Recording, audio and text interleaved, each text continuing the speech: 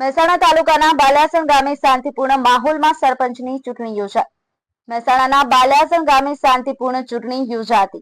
બાલાસણ ગામની ચૂંટણીમાં પ્રથમ વખત મતદાન કરવાનો અધિકાર મળેલા ગામની દીકરી 22 વર્ષે ઠાકોર નેહાબેન અશોકજીએ પણ સરપંચ પદની ઉમેદવારી નોંધાવી હતી।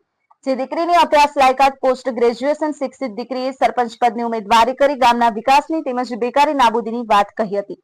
સરપંચની ચૂંટણીમાં પ્રાથમિક શાળામાં 2 જૂથ હોવાથી ભારે ભીડ જોવા મળી હતી, તેમજ લોકોએ ભીડ અને ગરમીમાં ઉભા રહી પોતાનો મતાધિકારનો ઉપયોગ કર્યો હતો। મતદાન ભારે ઉત્સાહ સાથે ગામના લોકોએ ગરમીમાં તપી અને પણ પોતાનો મતાધિકારનો ઉપયોગ કર્યો હતો।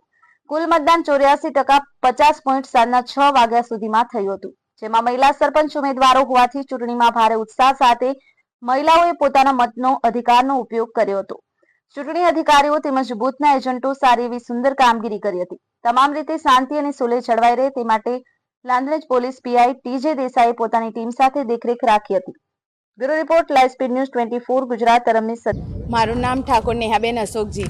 હું અત્યારે મારા એમકોમનો અભ્યાસ ચાલુ છે અને મેં બાલિયાસણ ગ્રામ પંચાયતની ચૂંટણીમાં મેં સરપંચ તરીકે ઉમેદવારી નોંધાઈ છે। આખા ગામના સાથ સહકારથી મેં સરપંચની ઉમેદવારી નોંધાઈ છે।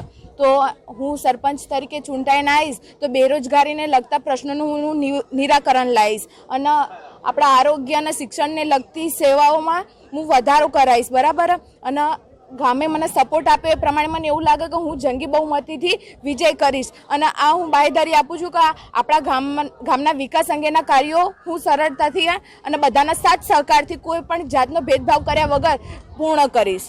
ધન્યવાદ।